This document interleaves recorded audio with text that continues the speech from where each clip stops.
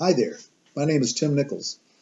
I'm an optometrist in Alabama. I've been in practice a long time, and over the years I've seen a lot of issues that cause problems in offices. A lot of things come and go. But one of the most consistent issues in the last few decades certainly has been the confusion over refraction fees.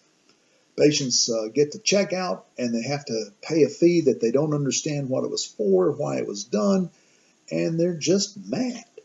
And sometimes they storm out, refuse to pay it. Sometimes they'll leave your office and never come back. Why is that? Well, part of the reason is simply because we as optometrists exist in the most complicated insurance environment on the planet.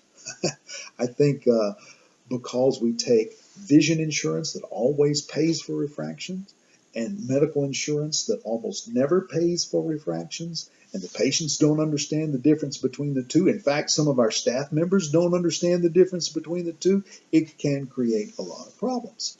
Now, traditionally, some doctors have dealt with this by just simply say, well, I won't charge for the refraction. I'll just kind of bundle that in and sweep it under the rug with everything else that I'm doing. Bad idea for a couple of reasons. Number one is that the insurers that you're dealing with consider that to be illegal. If you do a service, there's supposed to be a charge. Either the patient's going to pay it or they will pay it, but you're supposed to be billing for everything that you do. And secondly, you're obviously just shortchanging yourself. It's a valuable service, and you need to be billing for it. So let's say, consider a scenario. We've got Mr. B. Mr. B is 67. He retired a couple of years ago, and he no longer has his VSP insurance, so always covered his eye exams before, but now he's diabetic. And he comes in, and right when he checks in, he says, I'm glad to be able to come in today because I need some new glasses. These are all scratched up, and I want to use my Medicare now that I've got Medicare, and I'm diabetic as well. So nobody says anything. He just goes in through his exam, and he goes over to optical, and he picks out his glasses, and he is at checkout, and he says, whoa, refraction? What's that for? I've never had to pay that before. You folks are just trying to take advantage of us old senior citizens that are on a fixed income. And kaboom, everybody's unhappy at this point. Why is this refraction being charged? So, what do you do now? You created a customer service issue that's going to cost you something. It could have been avoided by simply doing a few simple things. The best practice, I think, for us to do is set a reasonable refraction fee.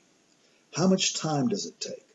What level of experience do you need to do a good refraction? What kind of equipment do you use? How valuable the service is to the patient? Do you realize they don't care how good you are with a gonio lens? They don't care if you can see the aura with your BIO. All they want to know is, can they see good with their new glasses? And if they can't, you're not a good doctor. Your office stinks. So make a fee that's going to represent how important that refraction is to the patient and how important to you. How should you price it? Think about those things. Well, secondly, identify in advance for whom this is going to be an issue. Hopefully, you're collecting insurance information over the phone or in advance of the patient's visit, and you're verifying their benefits before they ever hit your door. Before you see them at that front desk, before they ever come to the front desk, you should know if they're going to have a refraction fee and how much it's going to be and all of the things that are going to go on in that visit. With existing patients, you need to know in advance. If a new patient, they may need an explanation. So the third thing that you got to do is, how are you going to explain what a refraction is? Now, for me in the exam room, it's easy. I can point to a slit lamp and say, Medicare pays for that. I point to the phoropter and says, Medicare doesn't pay for that. And the patients understand that, but anticipate the questions at the front desk and come up with a good explanation that your front desk people, your checkout people, your technicians can all use the same words. Say, Mr. B, Medicare does not cover this service, but we know how valuable it is to you to have an accurate eyeglass prescription. And that's why we take the time to do it right and are able to guarantee your satisfaction with our products. So you see, in exchange for the refraction fee, you've offered him good vision, accuracy, and a guarantee. And generally that works pretty well. But I think the last thing is, don't policy people to death. You know, it's your policy to collect the refraction fee, and don't wrestle them to the ground and pick their pockets to try to get it. If somebody doesn't want a refraction, don't do a refraction.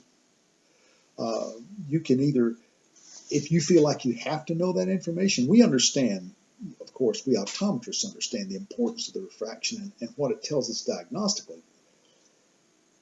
If you feel like you really need that information and you want to do enough of a diagnostic refraction to understand why their 40 vision isn't cataract or macular degeneration, and you want to make that differential, you can explain to the patient, now I'm doing this, I'm not going to be able to write you an eyeglass prescription from it, but this is for my benefit so that I can understand why you're not seeing well. And generally they'll buy that. If they say, well, I thought I might want to get some glasses if I'm going to, if these break, then say, well, then of course there'll be a fee for that. So make that differential in the patient's mind. Help them understand why the diagnostic refraction will not result in an eyeglass prescription unless they're willing to pay the fee. Well, refraction's sticky business, right? Hope this helps. Good luck.